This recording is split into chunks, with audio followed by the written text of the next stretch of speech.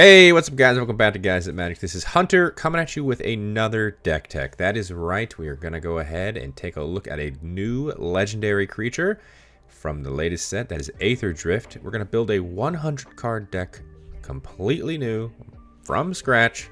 Build it right here, show you what this deck can do and what Mendicant Core Guidelight can do for you. That's right. But before we get started, I just want to remind everybody to hit the like button, subscribe to the channel if you haven't done so already, so you're staying up to date with all the videos that we're putting out all the time. And a very special shout out to our Patreon members who actually decided on what deck techs we can do. So it's all because of the Patreon members. If you guys wanted to see what they're seeing, which is extra stuff not here on YouTube, check the link in the description for Patreon, consider subscribing. But let's go ahead and get started. We are playing with some artifacts, specifically with Mendicant Core Guidelight.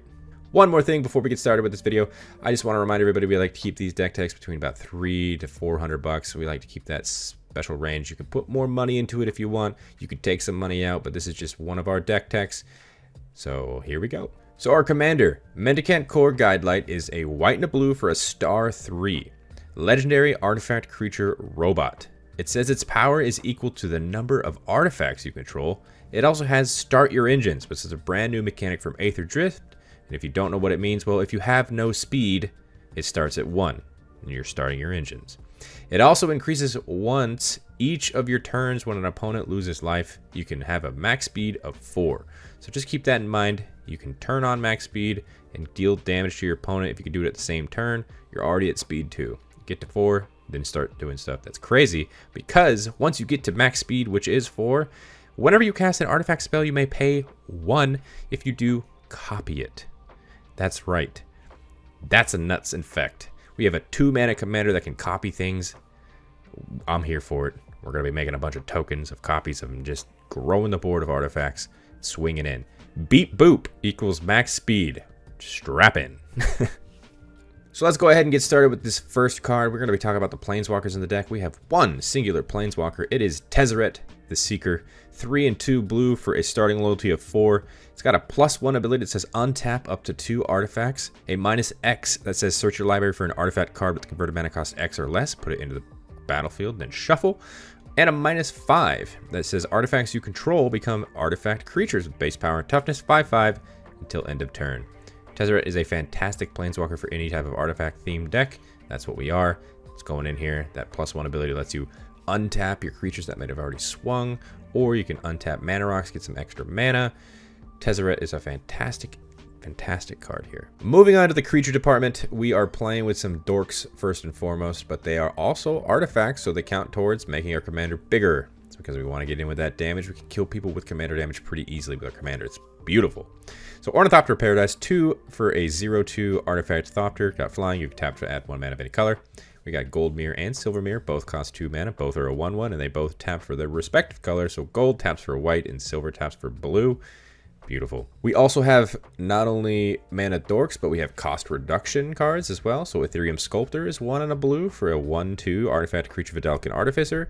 It says artifact spells you cast cost 1 less to cast. Similarly, Foundry Inspector is 3 for a 3/2 artifact creature construct. Artifact spells you cost 1 less to cast.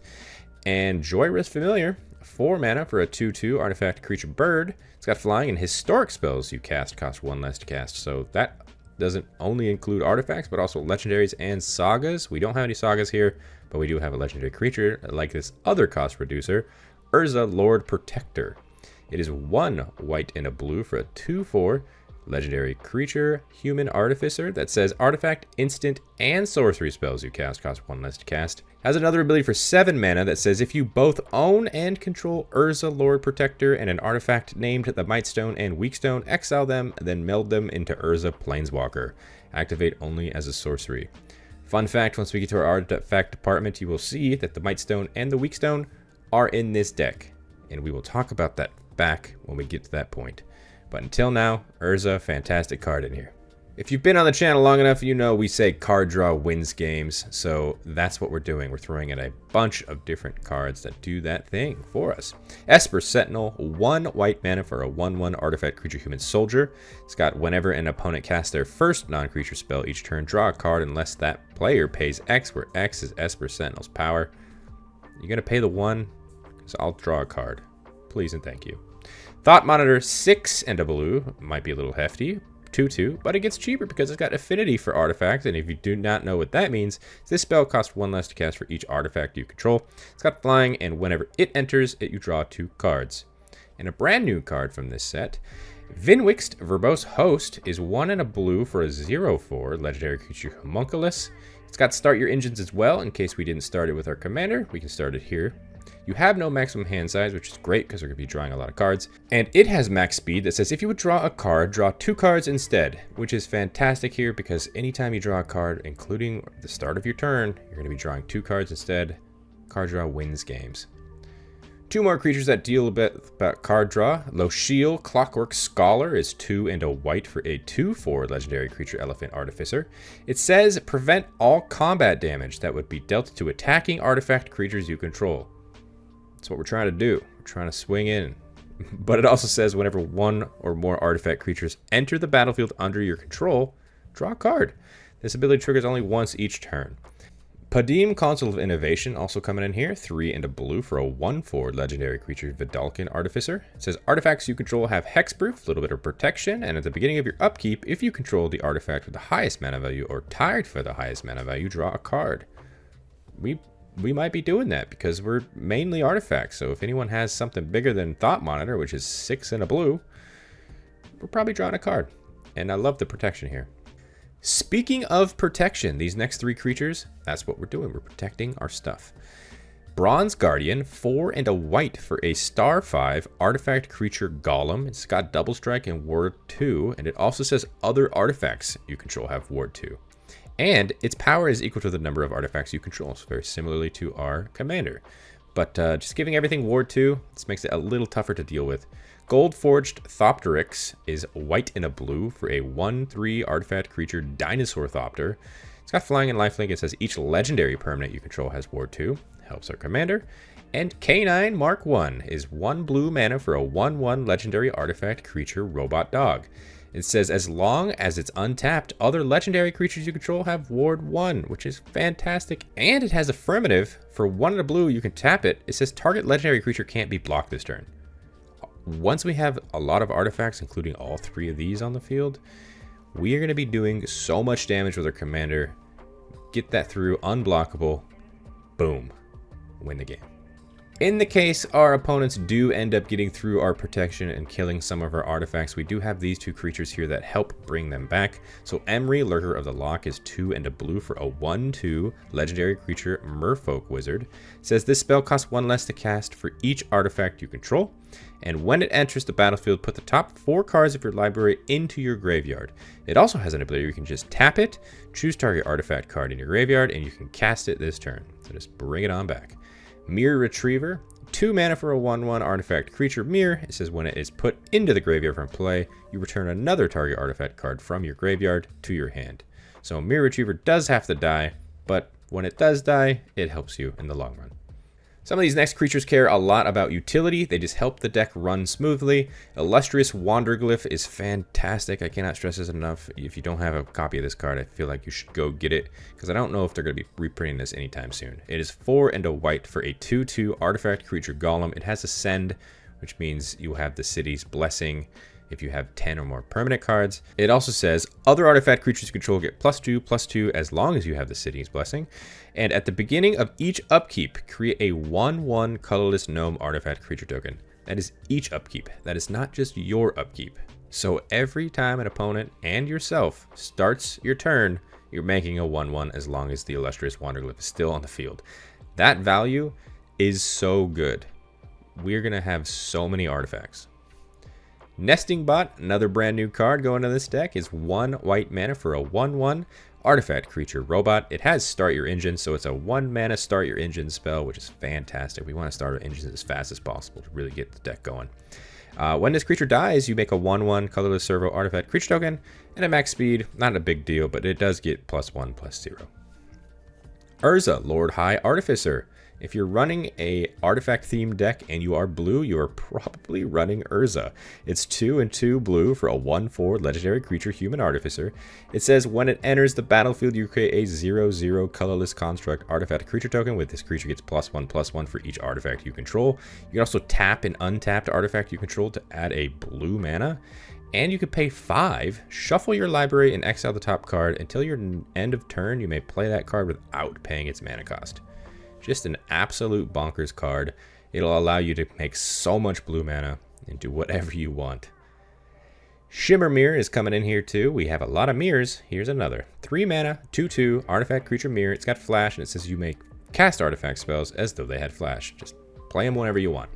These last 3 creatures want to ensure damage. Our commander cares about getting to that max speed, which means we have to ensure damage on our turn to make sure we continue to go up speed. So, first up, this one is kind of a finisher. But if you wanted to play it earlier, you can, but I would save it for the end because it's Cyberdrive Awakener. For 5 and a blue, it's an artifact creature construct. It is a 4/4 that's got flying, and other artifact creatures you control have flying. Just fly over to deal a bunch of damage. But the best and the kicker of this card is when it enters the battlefield until end of turn, each non-creature artifact you control becomes an artifact creature with base power and toughness 4/4. So it just, like the name of the card, it awakens all of your artifacts that aren't creatures, makes them a 4/4, swing in, just above everything because they're flying. It's a finisher. I said it. Kappa Cannoneer is going in here too. 5 and a blue for a 4/4 artifact creature turtle warrior. It has Improvise, which means your artifacts can help cast this spell. Each artifact you tap after you're done activating mana abilities pays for 1. It's also got Ward 4, so it's actually pretty hard to deal with. And whenever an artifact enters the battlefield under your control, you put a +1/+1 counter on Kappa Cannoneer, and it can't be blocked. The amount of artifacts that are coming in constantly from our side, this is never going to be blocked. We're going to be doing so much damage with Kappa Cannoneer, up the speed. And Cybermen Patrol is a fantastic card. It is 2 mana for a 2/2 artifact creature Cyberman. It says artifact creatures you control have Afflict 3. In case you don't remember what that means, is whenever a creature with Afflict 3 becomes blocked, defending player loses 3 life, which is loss of life, which means max speed. Beep boop.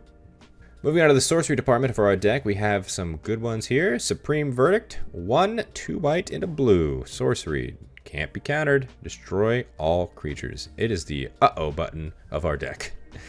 Season of Weaving, you can also use this as a pseudo board wipe. I'll show you why. 4 and 2 blue for a sorcery. You can choose up to 5 paws worth of modes. You may choose the same mode more than once. For 1 paw, you can draw a card. For 2 paws, you can choose an artifact or creature you control, create a token that's a copy of it, which is what we're trying to do. And for 3 paws, return each non-land, non-token permanent to its owner's hand. So while that 3rd mode is pretty devastating because it also hits us, it is just a, hey, we're going to reset here. March of Progress is a good card going in. 2 and a blue, choose target artifact creature you control. For each creature chosen this way, you create a token that's a copy of it with an overload of 6 and a blue, which means you could do each, which is absolutely nuts. Make as many tokens as possible. And Dance of the Manse is X, a white and a blue, for a sorcery that says return up to X target artifacts and or non or enchantment cards, each with mana value X or less from your graveyard to the battlefield. If X is 6 or more, those permanents are 4/4 creatures in addition to their other types. So, once again, we have a bit of a recursion here. One of our things that we really liked was gone. Bring it back with Dance of the Manse. 3 more sorceries before we wrap up this section. They all care about card draw. Enter the Enigma, a little more than just card draw. It's 1 mana. Target creature can't be blocked this turn, draw a card. So put it on your commander if it's giant, can't be blocked, swing in, deal the damage, draw a card. Yeah. Botcast is fantastic here. 4 and a blue sorcery, affinity for artifacts, draw 2 cards. And a new card from this set, Voyage Home. Look at him right there. That's our guy. That's Mendicant Core. It's 5 white and a blue sorcery, affinity for artifacts. Once again, you draw 3 cards and you gain 3 life. Moving on to the instant department of our deck. We're playing in white, so we got a lot of removal here to talk about. The first one is Dispatch for 1 white mana. Instant, you can tap target creature, but it's also got Metalcraft, which means if you control 3 or more artifacts, you exile that creature. Path to Exile, 1 white, exile target creature. Its controller may search their library for a basic land card, put that onto the battlefield tap, then shuffle. Swords to Plowshares, also 1 white mana, exile target creature. Its controller gains life equal to its power. And then we got some other removal that isn't just about creatures, but Generous Gift, 2 and a white, instant, destroy target permanent. Its controller creates a 3/3 green elephant creature token. And Stroke of Midnight for 2 and a white, instant, destroy target non-land permanent. Its controller creates a 1/1 white human creature token. But we're also in blue, which means countering. So we got some counter spells going into the deck. Counter spell, of course, 2 blue mana, counter, target, spell. Easy. Dovin's Veto, white and a blue, instant. This spell can't be countered. Counter target non-creature spell. And 3 steps ahead, which is great for this because of the second mode here. It's 1 blue mana, but you can also spree it, which means you can add a 1 and a blue to counter target spell. You can also add 3 to create a token that's a copy of target artifact or creature you control. And you can also add 2 to draw 2 cards and discard a card. The flexibility with 3 steps ahead in this deck specifically, very, very good. The final instant we are throwing in, we are trying to get a little bit more protection because once we start doing our thing, people are going to want to just get rid of our thing. Dawn's Truce, 1 and a white instant. You can gift a card, which means you can allow one of your opponents to draw a card. And then you and permanents you control gain hexproof until end of turn. And if the gift was promised, permanents you control also gain indestructible until end of turn. And the moment you've been waiting for, we got artifacts. That's right. First and foremost, let's talk about those rocks. Soul Ring, Arcane Signet, and Felwar Stone. You should know what these do. 1 mana for Soul Ring. Tap to add 2 colorless. Arcane Signet's 2 mana. You can tap to add 1 mana of any color in your commander's color identity. And Felwar Stone's 2 mana. You can tap to add 1 mana of any color that a land an opponent controls would produce. Mind Stone, Thought Vessel, Talisman of Progress, and Cloud Key. Also mana rocks here. Cloud Key being a just kind of a reduction mana spell, but you know, it's like the same thing. Mind Stone, 2 mana, artifact. You tap to add a color. You can also pay 1, tap it, sacrifice it to draw a card. Thought Vessel's 2 mana. You have no maximum hand size, which is fantastic because you've seen all the card draws so far. You can tap to add a colorless. Talisman of Progress is 2 mana. You can tap to add a colorless or white or blue, and it'll deal 1 damage to you if you do. Cloud Key for 3 mana artifact. It enters the battlefield. Choose artifact, creature, enchantment, instant, or sorcery. And then spells you cast with the chosen type cost 1 less to cast. You're probably going to go ahead and say artifact because we are heavy in that department. We got some artifacts that care about card draw as well. Bident of Thassa, 2 and 2 blue, legendary enchantment artifact. It says whenever a creature you control deals combat damage to a player, you may draw a card. You can also pay 1 and a blue, tap it. Creatures your opponents control attack this turn if able. That's just a little bit of flexibility of, hey, we got a bunch of blockers. Attack me. I dare you. It's not even a dare. You have to do it. The Might Stone and the Weak Stone is 5 mana. Legendary Artifact Power Stone. When it enters, you can choose 1. You can draw 2 cards, which is the card draw. You can also have target creature get -5/-5 until end of turn if you need to kill something. And then once it's on the field, you can tap it to add 2 colorless mana. But this mana can't be spent to cast non-artifact spells, which is fine because we're artifacts.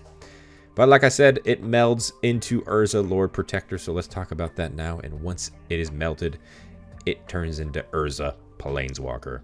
That's right, it is a loyalty of 7 to start. It says you may activate loyalty abilities of Urza Planeswalker twice each turn rather than just once. It's got a ton of abilities, so buckle up.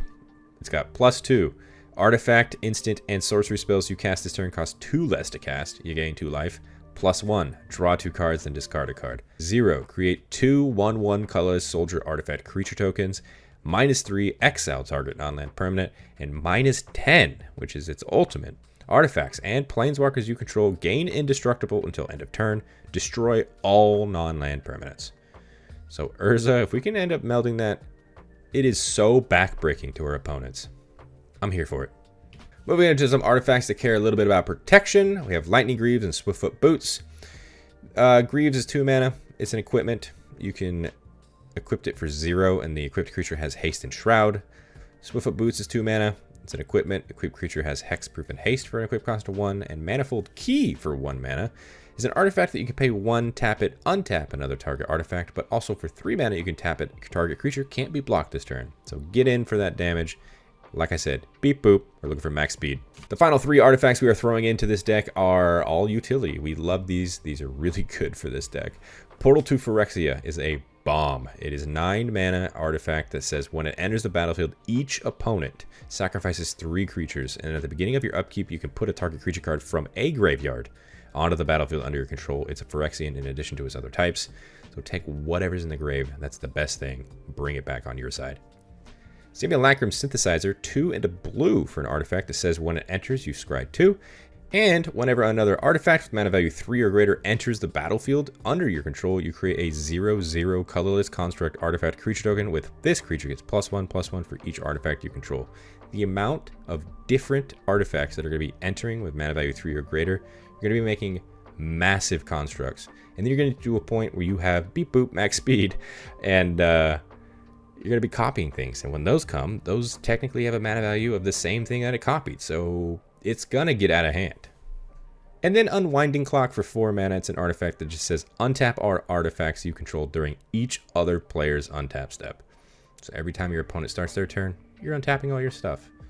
And by your stuff, I mean artifacts. But we're mostly artifacts anyway, so it's fantastic. Moving on to the enchantment department. While we are mainly artifacts, these enchantments are fantastic for this deck. Smothering Tithe, 3 and a white for an enchantment that says whenever an opponent draws a card, that player may pay 2. If the player doesn't, you create a colorless treasure artifact token with tap, sacrifice this artifact, add 1 mana of any color. You guys know what treasures are. You guys know what this Smothering Tithe is, and those are all artifacts, which makes our commander bigger, which is going to get scary for our opponents. The synergies here are fantastic. Thopter Spy Network, 2 and 2 blue enchantment. At the beginning of your upkeep, if you control an artifact, which you probably will, you create a 1/1 colorless Thopter artifact creature token with flying. And then whenever 1 or more artifact creatures you control deal combat damage to a player, you draw a card. Thopter Spy Network, must have. Mechanized Production, 2 and 2 blue enchantment aura. Enchant artifact you control. At the beginning of your upkeep, create a token that's a copy of enchanted artifact. Then if you control 8 or more artifacts with the same name as one another, you win the game. Mechanized Production is an alternate win con in this deck. It's so easy to get just the same name things because all of your colorless Thopters, they're going to have the same name. Any of the other artifacts might have the same name. Attach Mechanized Production to one of our artifact lands that you'll see in the land department. It's really hard to deal with lands. They might have indestructible, and if you could do that, then you win. Anointed Procession is going in here for some extra oomph. 3 and a white for an enchantment. It says if an effect would create 1 or more tokens under your control, it creates twice that many of those tokens instead. You've seen the amount of tokens that we can create in this deck. I mean, right over here, Thopter Spy Network makes a 1/1 colorless Thopter. We've seen Simulacrum Synthesizer and Urza also make some colorless constructs. I love it. These last 3 enchantments I'm throwing in because when our deck is humming, like I said before, people are going to want to kill us. So these 3 enchantments is kind of a way to say, hey, don't touch us. So Blind Obedience, 1 and a white. For an enchantment, it's got Extort, which means you can pay that white mana and then go ahead and gain the life, which is fantastic. Artifacts and creatures your opponents control enter the battlefield tapped. Easy. Stall them a little bit. And Ghostly Prison and Propaganda, same exact cost except different colors. 2 and a white for Ghostly Prison, 2 and a blue for Propaganda. They say the same thing. Creatures can't attack you unless their controller pays 2 for each creature that they are attacking you with. So if you have both on the field, that's 4 per creature. You really swinging at me? Or are you going to spend all your mana? I don't think so. And finally, let's go ahead and wrap up this video with our land department. We are throwing in some juicy ones. Let's start with some utility lands first. We're throwing in all the raceways. They're all brand new from this set. This helps us start our engines faster. Every single one starts the engine. So Amonkhet Raceway has start your engines. You can tap to add a colorless, and at max speed, you can tap it to have target creature gain haste until end of turn. A Vishkar Raceway, start your engines. You can tap to add a colorless, and at max speed, you can pay 3, tap it, discard a card, and draw a card. And the Muruganda Raceway, start your engines. You can tap to add a colorless, and then at max speed, you can tap it to add 2 colorless. All fantastic. We want to start our engines as fast as possible so we can do our thing as fast as possible. Academy Ruins, legendary land. You can tap to add the colors. You can pay 1 and a blue, tap it, put target artifact card from your graveyard on top of your library. Once again, another recursion for our artifacts in case something happens to them. Archway of Innovation. It enters the battlefield tapped unless you control an island. You can tap it to add a blue, or you can pay 1 blue, tap it. The next spell you cast this turn has Improvise. And Buried Ruin. You can tap to add a colorless, or pay 2, tap it, sacrifice Buried Ruin, and return target artifact card from your graveyard to your hand. Inventor's Fair. Legendary land. This is at the beginning of your upkeep. If you control 3 or more artifacts, you gain 1 life. You can also tap it to add a colorless, or you can pay 4, tap it, sacrifice Inventor's Fair, and search your library for an artifact card, reveal it, put it in your hand, shuffle, activate only if you control 3 or more artifacts. Rogue's Passage helps us get in with our commander maybe at the end game. Just go ahead and swing in at your opponent, make it unblockable. So tap it for a colorless or pay 4, tap it, target creature can't be blocked this turn. Reliquary Tower, similar to Thought Vessel. You have no max hand size, tap to add a colorless. And like I said before, we are playing with some artifact lands. Darksteel Citadel is an artifact land. It's got indestructible. You can tap it to add a colorless. Ancient Den and Seed of Synod are the 2 artifact lands that tap for their respective colors. So Ancient Den taps for a white. Seed of Synod taps for a blue. They're both artifact lands, like I said. Razortide Bridge, artifact land. Enters the battlefield tapped. Indestructible, taps for a white or blue. Moving on to the lands that tap for colors. Command Tower. Gotta be in the commander deck, right? Taps for 1 mana of any color in your commander's color identity. Exotic Orchard, very similarly to Felwar Stone. You could tap it to add 1 mana of any color that a land an opponent could produce. A Darkar Wastes, tap it for colorless or tap for a white or blue. It deals 1 damage to you if you do. Deserted Beach, it enters tapped unless you control 2 or more other lands. Tapped for a white or blue. Flooded Strand is our fetch. So you can tap to pay 1 life, sacrifice Flooded Strand, search your library for a plains or island, put it onto the battlefield and shuffle. Flood Farm Verge. I absolutely love the Verge lands. You can tap for add a white, or you can tap to add a blue, but you can only activate only if you control a plains or an island. Glacial Fortress enters the battlefield tapped unless you control a plains or island. Tap it for white or blue. Hollowed Fountain is our shock. It is a plains island, so it's both if you were fetching for it. Enters the battlefield, you could pay 2 life. If you don't, it enters tapped. Hengate Pathway, the pathway of our colors, so play it on the white side or the blue side, whatever one you need. Lonely Arroyo is the desert I'm throwing in here. It enters the battlefield tapped, and it deals 1 damage to target opponent, so it just guarantees if for whatever reason we don't have that ability to just hit our opponent for damage that turn, this makes it so our speed goes up. Tap for a white or blue. Prairie Stream. It's an plains island that enters the battlefield tapped unless you control 2 or more basic, and Sea of Cloud, our EDH land, enters the battlefield tapped unless you have 2 or more opponents, taps for a white or blue. And last but not least, we are adding 6 basic islands and 5 basic plains. And that is going to do it for the entire deck tech for Mendicant Core Guidelight. Comment down below, what did you guys think of this deck? I really enjoyed it. And like I said at the beginning of the video, we kind of keep these deck techs between $300 to $400. So sitting right now at the time of recording, it's about 388 bucks. So it's very fun. It's very mean. If you guys want to see the full deck list, I would highly suggest checking it out in the description down below. Because boy, I have been playing this nonstop and it is a lot of fun. Artifacts are powerful, let me tell you. Beep boop, max speed, love it. But yeah, once again, hit the like button. Just let me know that you guys like these deck techs. And subscribe to the channel if you haven't done so already, so you're staying up to date with everything else that we got putting out. Got videos coming out all the time. Don't want to miss them. In the description, you'll find also links to our social media accounts. If you guys wanted to check those out and follow us on all the other stuff, that'd be cool. And on the screen right now, there's all of our Patreon subscribers. Thank you guys so much for your added support. It really does mean the world to us. If you guys wanted to check out what they're seeing, which is not here on YouTube, exclusive content. Like I said earlier, they helped make this content possible. Go check it out. Link in the description as well.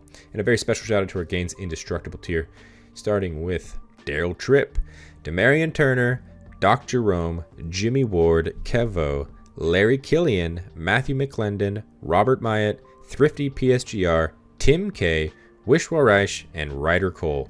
You guys are awesome. Thank you guys so much for your support. And until the next video, I hope you guys have a great rest of your day.